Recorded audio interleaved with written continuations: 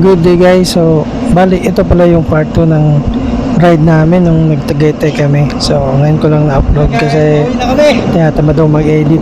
So, ito na yun guys.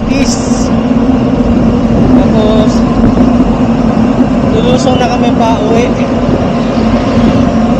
sa may Repal. Init na. Sana hindi malaspak. Aray ko. Tulog na lang sana sa bahay ngayon. So, ayun guys. Bali, kakatapos lang namin kumain dun sa may duties. At katapos nun ay lumusong na kami dito pabalik ng Rotonda, tapos didiretso kami dun sa may papunta ng People's Park in the Sky. So ayan, dito na kami sa may Rotonda guys. So pero hindi kami aakyat dun sa may People's Park at dito kami kakaliwa kami dun sa may tinatawag nilang Rempal. So dun kami lulusong guys pa uwi. And as usual, eto nahuli na naman ako kasi sa mga rides namin ako talaga palagi nahuhuli. Hindi ko alam kung mabagal lang ako pumadyak o mahina lang talaga.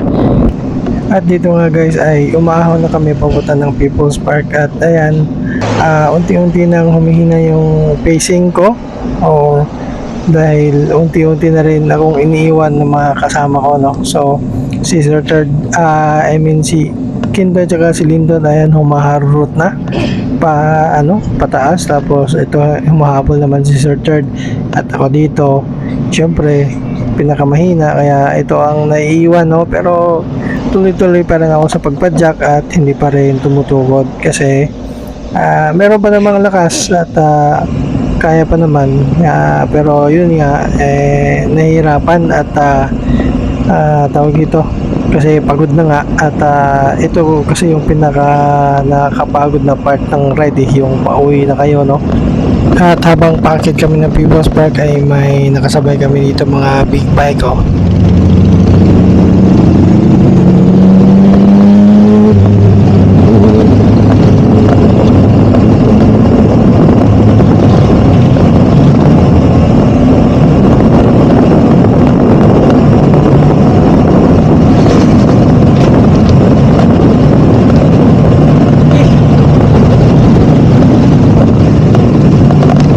Grabe, ang gaganda ng mga motor nila guys. Naalala ko tuloy yung mga panahon na nagmumotor pa ako, no? So sa mga di nakakaalam, dati kasi akong nagmumotor guys. Binenta ko yon at pumasok ako dito sa cycling era. So iba kasi yung nabibigay na saya ng pagmumotor at iba rin naman yung nabibigay na saya ng pagbibisikleta. So kanya-kanyang preferences naman yan guys, no? So siguro sa mga nakamotor sasabihin mas maganda magmotor kasi mas mabilis, no? Mabilis ka lang maapunta sa lugar na gusto mo. Sa mga siklista naman, aside siya nag-exercise ka na, nararating mo rin yung mga lugar na gusto mong puntahan gamit lang ang lakas mo, no? So yun, kanya-kanyang mga yun kanya-kanyang hilig, kanya-kanyang reason kung bakit siya nagbabike at kung bakit siya nagmumotor. So anyway, balik tayo dito sa pagbibisikleta natin dito sa Tagaytay. So hindi ko na makagilap ay nakikita ko pa pala yung mga kasama ko, no? So ayan, ando na sila sa malayo na yung agwat nila sa akin kasi nga mahina ako. So tawag dito, napapagod na rin talaga ako guys kasi kahit hindi siya masyado mainit pero first time ko rin kasing makapag-bike ng ganito kalayo, no? So ang total na inano namin is about 126 kilometers, no? So ito yung pinakamalayo ko na bike guys. So kaya dito pauwi na kami, medyo nalalaspag na ako at napapagod na rin. So dito guys ay water break at ihi break muna kami dito bago kami lumusong pababa na ng Nubali, no? So dito kami dadaan sa may tinatawag nilang Rempal. Hindi ko alam yung daan na yun kasi nga bago pa lang ako dito sa ruta na ito at ito yung pinakamahaba ko na biyahe, no? Dito sa pagbabike. At sa part na to guys ay nag-umpisa na kaming lumusong dito sa may tinatawag na lang Rempal. So dito pa lang sa taas ay parang kinakabahan na ako kasi nga dito pa lang sa taas makikita mo yung lawak or taas ng bundok na lulusungin nyo papunta dun sa baba, no?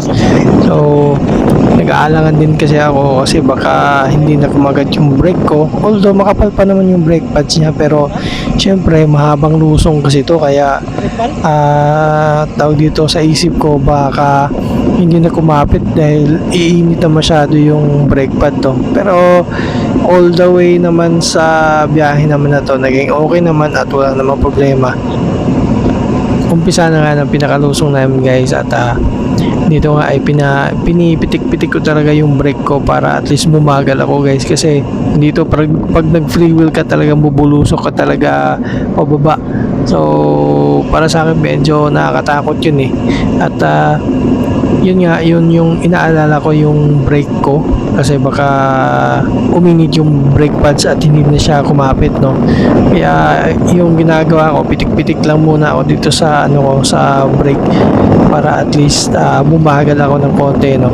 Pero bilib na bilib ako sa mga kasama ko kasi hindi sila nagtawag dito, hindi sila nagbi-brake, lalo si Sir Third.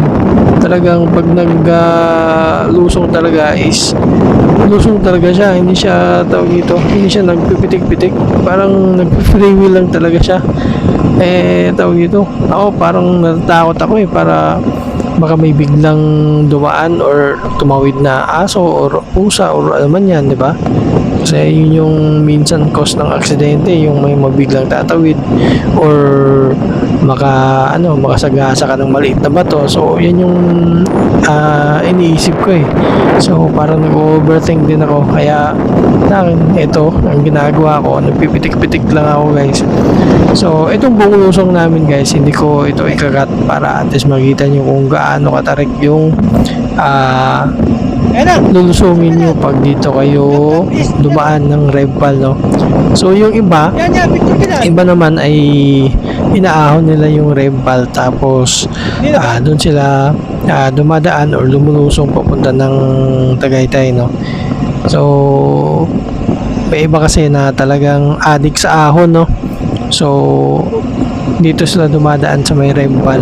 So itong Rempal guys ay madalas kong naririnig sa mga siklista talaga kasi madalas dito sila umaahon, no? Kaya tawag dito, nung nalusong ko tong Rempal na ito ay talagang sabi ko hindi ako aahon dito kasi sobrang tarik talaga guys. So ayan, nakikita nyo guys yung hindi ko lang maipakita sa speedometer ko pero sobrang tawag dito, sobrang bulusok ko dyan guys.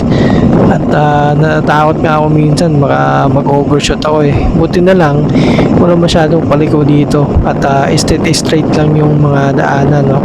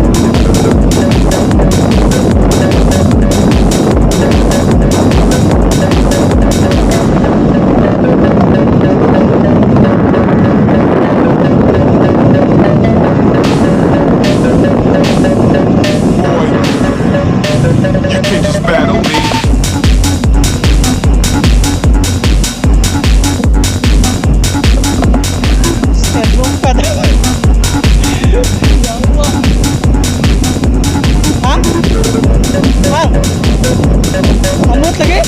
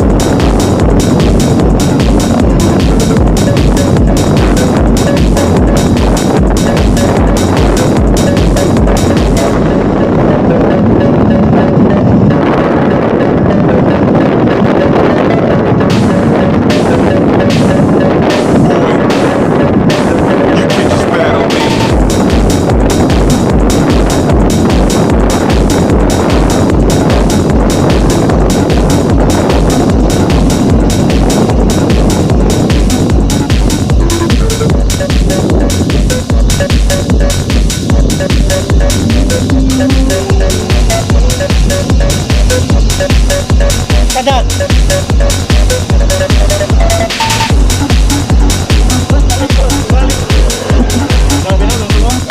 Tatakot ako, putang. Panay talaga. Gumagano kaya bigat na nga ng bike ko. Gumagano. Panay ang pigil ko. Balik tayo. Balik. Putang ina. Mali ba dapat limiko pala dapat tayo nung sa I love ano. Yung I love ano? I love dap. Oo.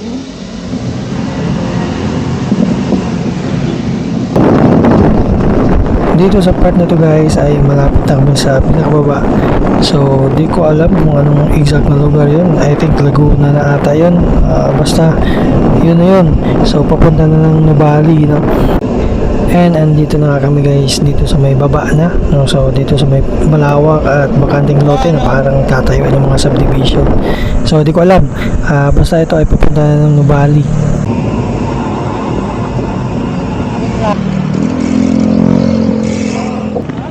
Akalain mo yon nakakapagod. Aray ko!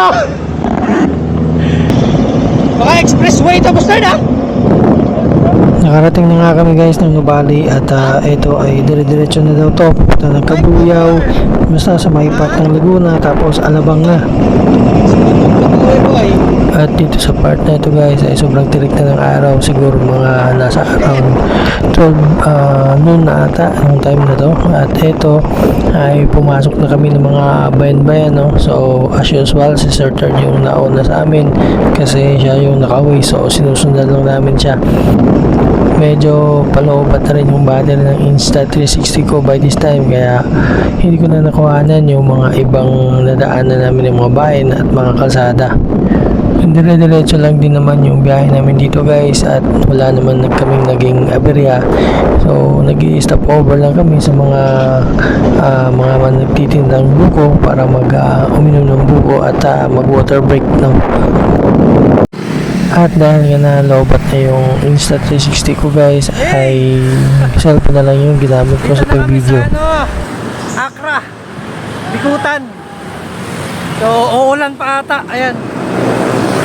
Kung kailan malapit na kami, saka pa uulan, saka pa kami yung babasa. Ano sa Saan na lagi? Ulanin na kami guys. So ayan, update ko lang kayo mamaya pagka nakarating na kami sa bahay. Uulan na to, babasa na kami. Ayan na guys. Na, inulan na talaga. Ayan o. Sese, last pag me. Last pag. Last pag. Nawala yung stiff neck. Sumakit naman yung katawan. Nawala na. Kaya guys, inulan na kami. Silong muna kami, hindi kami pwede mabasa. Kagaling namin sa matinding init. Papasma kami. Pahinga muna kami dito. Ayan. So guys, time check. 3:50, no? So ito yung natakbo natin ngayong araw. Ayan, so 142 kilometers, no? So Tagaytay ride, tapos baba ng Laguna, Nubali. Ayan. So yun yung ruta namin. So So pagdating ng pagdating ng BGC, I mean sa ano pa pala, sa Accra, sa may Bikutan. Doon, inabutan na kami ng ulan. Kaya sinuong na namin kasi pag hindi namin sinuong yon, malabang gagabihin na kami. Kaya ito, basang-basa ako. Basang-basa. Buti na lang hindi nabasa yung cellphone ko. Ano.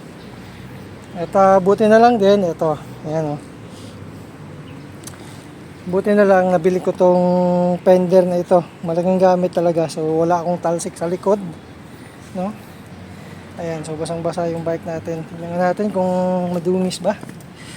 Ayan, dungis. So ibabike wash natin yan ngayon. So yun lang guys for our ride ngayong araw, no? So Friday, holiday kasi. So meron kaming 2 araw na pahinga. So anyway guys, so that's all for our ride for today. So ayun, inulan. Tapos pagdating namin dito, ayun, huminto naman. Pero basang-basa na kami. So yun lang guys. So see you on the next one. Peace out.